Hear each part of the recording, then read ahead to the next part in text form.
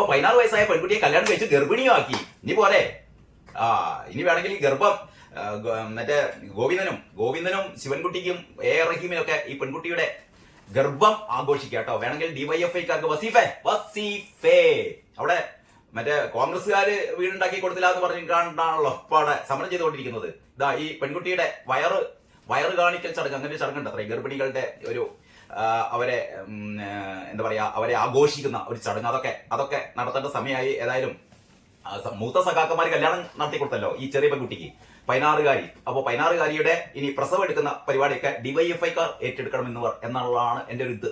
ഏതായാലും ഫർമാൻകാർ പറയുന്നത് എന്താ വെച്ചാൽ മധ്യപ്രദേശിലെ SIക്ക് അതാണ് വാർത്ത എങ്ങനെയാണ്, അതായത് കുംഭമേള വൈറൽ താരമായ പെൺകുട്ടി ഗർഭിണിയാണ് എന്നും ഉടൻ മധ്യപ്രദേശ് പോലീസിന് മുമ്പിൽ ഹാജരാകാൻ സാധിക്കില്ലെന്നും ഭർത്താവ് മുഹമ്മദ് ഫർമാൻ ഭർത്താവ് മുഹമ്മദ് ഫർമാൻ മധ്യപ്രദേശ് ഗർഗാവിലെ വനിതാ SIയെയാണ് ഈ വിവരം ഫർമാൻ അറിയിച്ചത്. നമ്മുടെ നാട്ടിൽ സ്ഥിതി ആലോചിച്ച് നോക്കണം.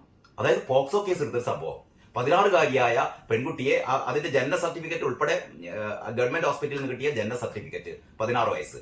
ഇവിടെ സഖാക്കന്മാര് കല്യാണം കഴിച്ചു കൊടുക്കുന്നു ഒറ്റ ദിവസം കൊണ്ട്. ആ പെൺകുട്ടി ഗർഭിണിയാക്കി അതിന്റെ അടിയിൽ തന്നെ. എത്ര ഫാസ്റ്റ് ആണെന്ന് അറിയാം സംഭവമൊക്കെ.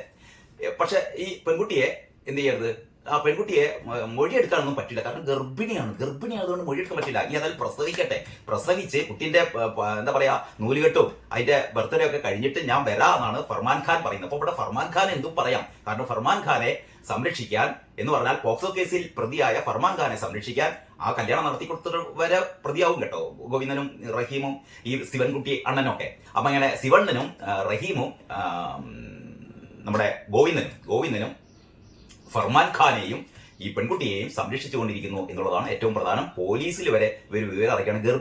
അപ്പൊ ഈ ഗർഭിണിയായ സ്ത്രീകളൊന്നും പോലീസിന് മൊഴിയെടുക്കാൻ ചെല്ലില്ല എന്ന് പുതിയ അറിവാണ്. ഗർഭിണിയായി, അതുകൊണ്ട് മൊഴിയെടുക്കാൻ വരില്ല. എന്തൊക്കെ കാഴ്ചകൾ അല്ലെ. പെൺകുട്ടിക്ക് 16 വയസ്സായിട്ടുള്ളൂ എന്ന് പറഞ്ഞുകൊണ്ടാണ് അച്ഛനും അമ്മയും കേസ് കൊടുത്തത്.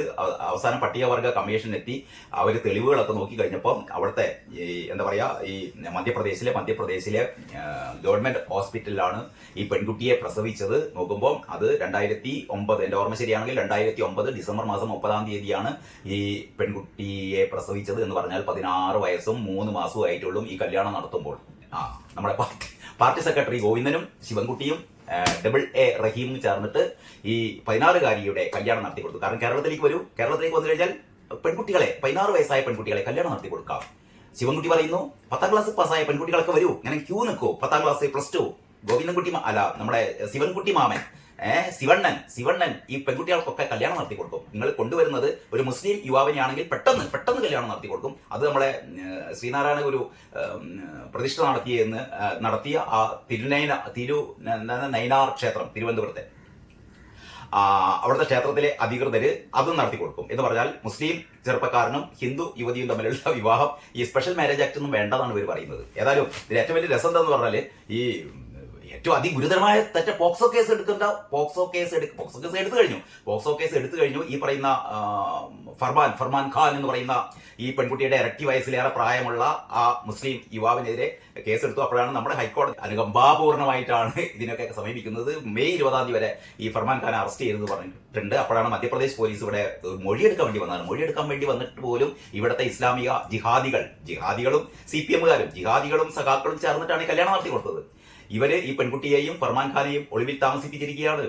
ദിവസം മധ്യപ്രദേശ് പോലീസ് തിരിച്ചുപോയി 3 ദിവസം ഇവിടെയൊക്കെ തിരിഞ്ഞു കളിച്ചിട്ടും ഇവരൊന്നും കിട്ടിയില്ല, ഇവരൊന്നും കാണിച്ചു കൊടുത്തില്ല. ഇപ്പോഴാണ് ഫർമാൻ ഖാൻ പറയുന്നത് പെൺകുട്ടിയെ അങ്ങനെ വിടാൻ പറ്റില്ല, പെൺകുട്ടി ഗർഭിണിയാണ്.